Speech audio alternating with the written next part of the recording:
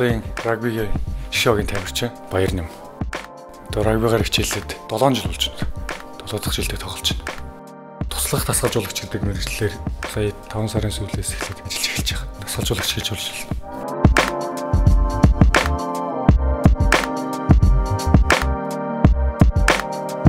Намайг Төгөлдөр гэдэг. Би хаан улдүргийн 75 дахь сургуульд 12 ангийг энэ жил төгссөн.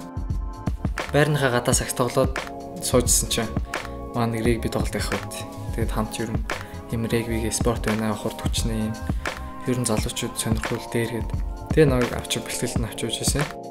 Тэгэл ерөнхийдөө эхний өдөр нь бэлтгэлдний бол бүх юм нь ойлгоол гоё спортын дотроос ойлгоол тэгэл ерөнхийдөө шантралгүй явж гисэн те.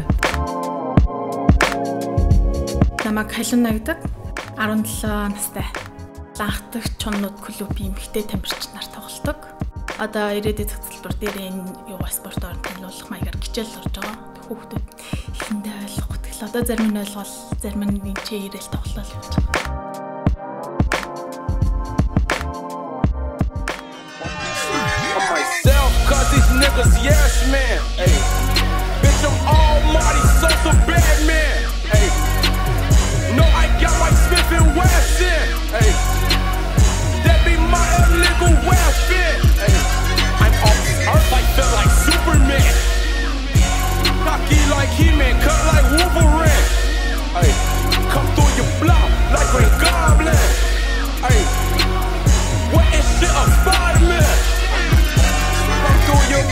Хүмүүсээ гомоор бод штэ дандаа мөргөлддөг амар иршүүд гэл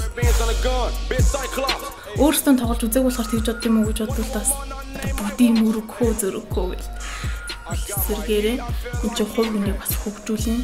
Хүмүүсийг бас айгу нээлттэй илэн далангүй хүнтэй харилцаж байгаа болох юм байна.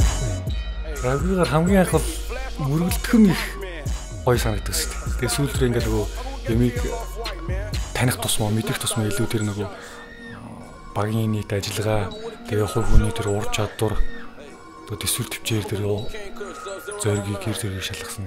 Тэрэндээ улам илүү гоё сонирхолтой болж ирэл улам илүү тэр спортыг таньж мэдээд илүү сонирхолтой болж байгаа юм да. Ер нь жижигхэн биетэй хүмүүс тоглол алуулах байх, эсвэл том биетэй хүмүүс мөргүүлэхээр айн гэдэг. Тийм байхгүй. Ерөнхийдөө контакт багтаа бидний яг тэгэхээр бэлтгэгдсэн форумтай хоорондоо мөргөлдөхөд яаж мөргөлдөх үү, яаж унах уу гэдэг бүх юм эзэмшиж байгаа учраас ерөнхийдөө гайгүй. Харсан хүмүүс нь амар хөсөлтөө маш гимтэл авдаг спорт гэж хүмүүс их тодор ойлгодог хөөх. Дэлхийн гимтлэрээ баг манай спортч 14 тавч хэвчтэй.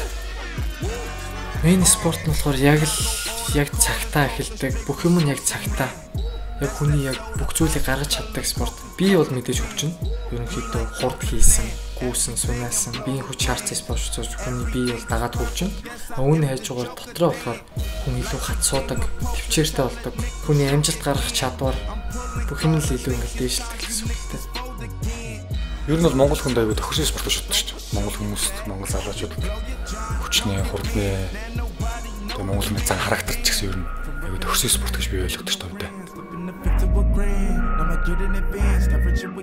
2013 онд бид тэр Зүүн Азийн 4-р дивизний тэмцээнд бид тэр Азиаар болж ирсэн л да.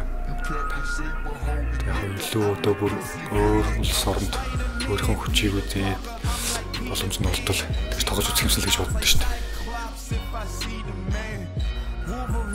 Одоо энэ өсвөрийн чигшээ баг гэдэг Sevens гэдэг багаар Хонконг руу сургуулиудын хоорондын тийм тэмцээнд явж байгаа. Тэгээ энд одоо баг хамт олнороо бэлдээд байж байгаа. Өмнө хичээл төсөн спорт аяад сэтгэлзгүй яг зөвхөн регби зориулаад тэгээд дараг ирээс ээж авт дэмжээд хамаат садан бүх дэмжээд энд ирэхээр ах нар тусал дэмждэг. Бүх юм нь бэлэн. Зөв өөрөө хичээх хэрэгтэй.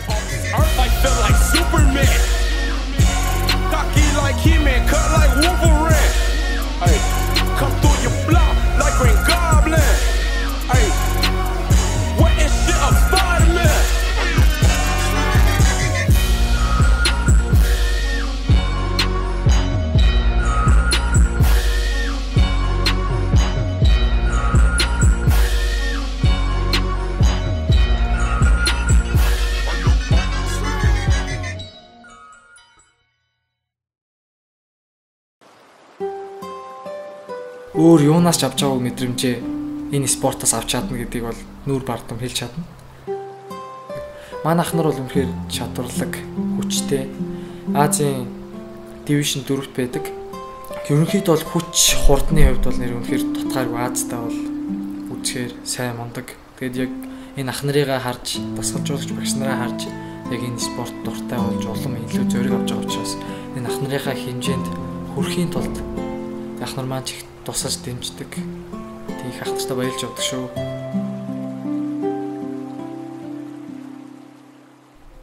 Өөрчлөлт айгүйх гарсан баха, айгүй амир юм ойсон ганцаардaltaй. Тэгэл энэ спортоор орсноос хойш ерөнхийдөө бол найз нөхөдтэй илүү сайн тотон болж танилцсан ч гэсэн. Тэр нөө ерөнхийдөө бол бэлтгэлээл хурдыг хийсэн гэж боддог. Тэгэд нэг өдөр өнжингүүд л маргааш чи юу үлээ бэлтгэлтэй мэртэй гэж луурд өдрөнд бодож онж байгаа юм чи. Хурдхан шиг талбай дээр гарахсан цаг хурдан өнгөрөөсөл гэж боддог.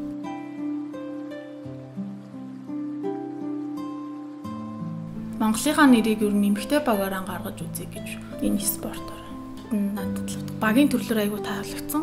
Манай дасгалжуулагч айгу тийм багийн спорт гэдгийг амар хэлжсэн. Тэгэд яг тэрүүгээр нэгэ бодож явах айгу таалагдал. Тэгэл одоо хүртэл хайж чадахгүй тэгэл яваал шантарсан ч гэсэндээ. Одоо яг бидний тоглож байгаа талбай ингээд яг бейсболын талбай. Тэгээ бейсбол яг илүү гарсан талбай дээр бид яг нэг чүүчээ 100 м гаргаад, уртаашаа 100 м гаргаад, өргөж шанаа 64 м-ийн урттай өргөнтэй тоглож байгаа байхгүй. Тэгээ энэ чинь нөгөө халдцрахаа талбай ихтэй. Тэгээ хайрах чулуу жоох ихтэй. Тэгэхээр яг бүр сайхан гоё ном ногоон зүлгэн дээр тоглол бас илүү гоё болов гэж боддог. Энд зөвхөн яг өөрийнхоороо байж чаддаг, баясдаг, дураараа байдаг, инээлдэж хөхөрлөдөг. Өөр ямарваа нэгэн юм бодож хандлахгүй байдаг болохоор эндээ илүү дуртай байдаг, сонирхолтой эрхийг хүсдэг. Гурвалжин бөмбөгөө сандаг ч юм уу тий.